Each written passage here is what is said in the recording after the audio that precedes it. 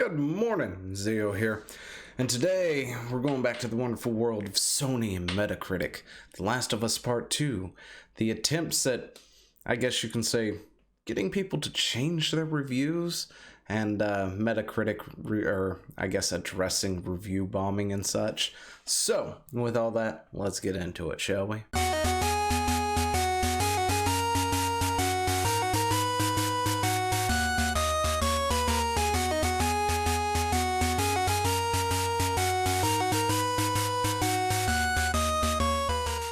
But here we are. We've addressed this in the past. We like to say things like the journalists are bought and paid for, right? The bought and paid for reviews and stuff.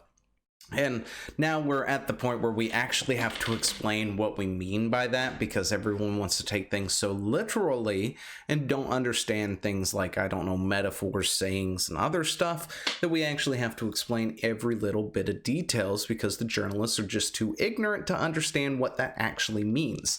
But essentially, what that means is when somebody like myself says your review is probably bought and paid for, it's because, I don't know, maybe because you're giving it a very, very glowing, insanely glowing review because, I don't know, you still want stuff from the company. You want more review copies, you want free stuff, you want things, you want the praise, you want all that stuff, because apparently companies just can't actually take hits or anything, or take constructive criticism or any of that sort of thing nowadays, because everybody has to be pleased.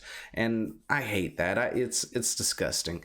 You know, if you're going to be a critic of something, you should be able to give your honest opinion on it, regardless, without having the company going, oh, well, you didn't like our last game or whatever, so why in the world do we want you to review our new one? You know, it's just like, really, did you not take anything from that and learn from it? Anyway, I just really hate it. So that's why we say things like you're bought and paid for when stuff is being said, because it needs to be explained. And Naughty Dog does not help themselves, or Sony doesn't help it at all when things like this come out. So this is Polygon, right? Polygon is actually one of the few who did not give this game an insanely glowing review, which is actually kind of surprising because Polygon is kind of known for kissing their boots. But, you know, Polygon and other things like Kotaku and stuff are usually known for doing that sort of thing when it comes to publishers. But, you know, they came in and they talked about, you know, The Last of Us Part 2, the minefield that it has become, because it is. You've got people out there on one side saying that all these people hate the game because they're istphobes and isms or whatever, because this, that, and the other. Meanwhile, those people are actually giving legitimate criticism to the narration, the story, among other things, because on one hand, the game is great. It plays well. It looks good. On the other hand,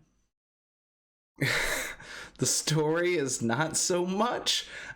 Spoiler alert, of course, if you didn't know, Joe dies after you played with him as, you know, one of the main characters throughout the first one, and waited 7 years to see how him and Ellie have gone on from that point and stuff, and then just gets murder-rated within the first few hours of the game by a character that you are then forced into playing for the next so many hours afterwards.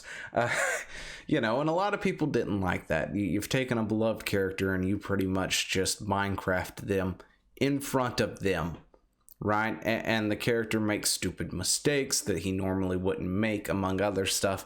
And it just, the story is probably the most criticized thing about the game. The gameplay is fine, the accessibility options are fantastic, but people are criticizing the most important part of a game like that, and that's the story. And Naughty Dog and Sony just couldn't take it, right? We've had Neil Druckmann come out and actually admit to this and such, that he overreacted and was talking to people and tell them we got to shut this down, which we had the DMCAs, which led to the review bombing of the game, right? So we've got Polygon here. And in their thing, they actually touch on this and say, well, The vast majority of reviewers have lavished The Last of Us Part 2 with all sorts of praise, and a handful of outlets, Polygon included, have been slightly more critical of the blockbuster game. According to Zacany, I'm sorry. Anyway, Vice's review prompted a Sony representative to reach out on behalf of Naughty Dog. They felt some of the conclusions I reached in my review were unfair and dismissed some meaningful changes or improvements. Z, I'm just going to call him Z. I can't say that. Zacany? Anyway, told Polygon over a Twitter message. Z clarified that the exchange wasn't confrontational, but that it was nevertheless unusual, as the site doesn't typically have big publishers asking in any official capacity why a review reads the way it does. Such things can happen, of course, though often with smaller developers or forums publishing who have spotted a factual error in a piece that they want corrected. I was happy to unpack it a bit of my reasoning, however, and received a perfectly cordial message in response. Z said Naughty Dog's PR team declined to comment on Polygon's inquiry about its exchange with Vice. I can't remember what the Vice article said, so I'm going to go ahead and go on a limb that they weren't too happy with the game either, or they were a bit more critical. I know Polygon was, and IGN Tokyo or Japan or something was very critical. They gave it a 70, while IGN US gave it a 100%. But yeah, when you do things like this, Sony, you kind of feed into the whole... When you're sitting there saying nobody bought and paid for any reviews or anything like that, and all this other stuff, and then something like this comes out and goes, oh, by the way, Sony reached out and said, hey, we don't really like what you said here. Do you think you could like maybe re-review your review, maybe unpack it a little bit for us so we can understand what you were getting at in certain spots and things like that? And it doesn't have to come out as something malicious, right? When a company like Sony or somebody wants to intimidate you, they can do it in a very cordial manner to where you may not really think it's intimidation, or it doesn't come off as intimidation to other people, but being the small person that you are, or the small company that you are, when they sit there and go, hey, so you wrote this thing, right? And we want you to just take a second look at it, because we think you might have got something wrong with that, right? And no hard feelings or anything. We just really want you to take another look at it. And you're probably going to go and do that, right?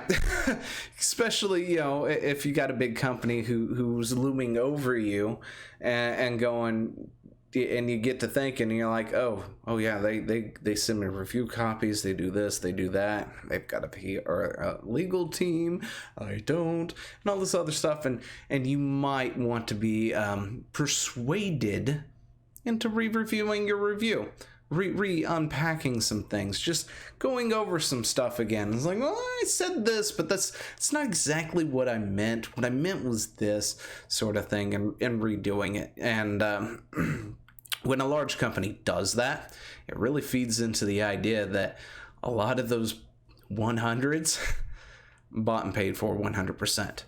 Just saying. Anyway. Coffee.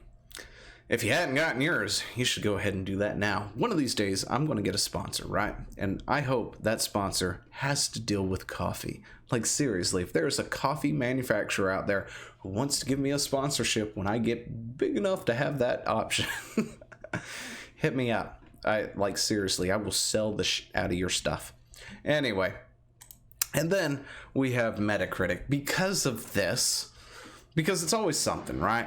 Netflix changed was it Netflix? It was Netflix or Hulu changed their star system or whatnot into an up or a down system that you can't actually see what the scores are anymore because of what's her face. It was that one comedian that's really unfunny who jokes about her whatever. I can't remember what her name is because her special got like tanked in the ratings section, right? And she was crying foul and yelling ists and phobes and all this other stuff. And we're tanking her score somehow, or because we obviously can't mention the I don't know, the big thing that maybe you're just not that funny, honey. But so they had to reevaluate their scoring system and stuff. Now Metacritic is doing the exact same thing, and the catalyst for it is The Last of Us Part 2, because apparently nobody really understands what review bombing does or means. But they have no idea why it happens, apparently, because they don't want to look at the actual elephant in the room and understand or acknowledge that it is. I'm sorry, I paused and came back with bringing this up. But this is what we're currently at. We're looking at a 5.4 user score, a 94 on the Metacritic side, so I think it came down like a point somewhere. We're looking at roughly 29,353 positive, 32,000 negative, with about 3,000 mixed. And these people don't seem to understand why things get review bombed the way they do. It would be one thing if there was legitimate, like I don't know, maybe non-legitimate criticism or whatnot. But what happened, and long and the short of it, was how Sony and Naughty Dog reacted to the leaks, right? And that's what ticked off everybody. That's where you got this massive review bomb as soon as the game comes out. They are now redoing their practices where you will not be able to review a game until a few days or so later, apparently. That is what they plan to do. But also somebody else out there, which I can't find the thing, but hopefully we can come back to it at another time, maybe Sunday or something, where they were able to try and find, compile all the copy and pastes responses, right? Where you would expect would come from bots, I guess you can say, where they say almost the exact same thing or a variation of the same thing over and over again, either negatively or positively, to try and inflate a score a certain way versus another. And according to that small study on this particular game, they found there was a ton of botted positive scores, not so much on the negative score front. When you eliminate all the zeros with nothing on them or the 100s with nothing on them, just the scores with actual comments to them, like down here where you actually have comments that you can read and stuff, there were several where they would essentially have the exact same few lines in them or whatever, and they would give it a 100, right? They'd give it a 10 out of 10, and it happened quite a bit on the positive side, not so much on the negative side. But at the same time, that doesn't mean that botting wasn't happening on both sides. It's clear that it's going to happen. We all know it will. Will it ultimately affect anything? I don't know, because chances are if somebody wanted to immediately go and leave a negative review, they're probably still not going to buy the game. On day one, they're going to wait a few days, leave their score, and walk away kind of deal. But there's a lot of review manipulation on all sides. We talked about how the PlayStation Store allows you to give a star review of a game before it's even out. And lo and behold, every single one of them were 5 stars, perfect for this game and for Cyberpunk 2077 and all sorts of other games before they've come out. Where I think a lot of those systems need to just they need to go away, right? Not go away to the point that they don't exist, but they need to be put on hold where you can't review that game until you've put X amount of time into it, right? Maybe 2 hours, 3 hours, something like that. An actual stopgap in the system where it can go and say, oh, hey, you've played at least 3 hours. Would you like to review the game? And not something that's going to interrupt gameplay either, right? It's like they have to go, hey, I really like this, I should go review it, or I really hate this, I should go review it. Go to the page, and then it will sit there and say you've played X amount of hours. Yeah, you can go ahead and leave a review, right? That's how that should be, because the way it's set up now is broken, and it's very, very easy to manipulate, right? And that's the ultimate thing, is we want to prevent the manipulation, right? I think the Metacritic score on both the users and the critics should not come out for a few days, right? And then we should leak these to actual accounts, right? If you're going to actually leave a Last of Us Part 2 for the PlayStation 4 a review, right? You should have your PSN account linked to Metacritic somehow, where it can go in and say, okay, yeah, you actually sat down and played the game, right? You can now go ahead and leave a review, and it will tell how many hours you've played, kind of like how Steam does it, where you can actually see how many hours of gameplay somebody has played when reading a review, to sort of say, okay, they should know what they're talking about. They've put 70 hours into the dang thing, or they played it for 5 minutes. What? That sort of thing. And definitely over on the game journalist side, definitely need you people to be linked to freaking something, because it would not be the first time that their stuff just happened to be somewhat copy and paste by one person or something, and they have no idea what they're actually talking about because they never actually played the game, or they didn't play that much of the game, because that has happened quite a bit in the past too. And I can't remember the story to it, and we're rambling again, but I don't remember the story exactly, but there was a game that had came out and it was given a very, very bad review by a critic, right? And the game company kind of came out just like Sony did and said, hey, what gives? And they had a legitimate reason to, right?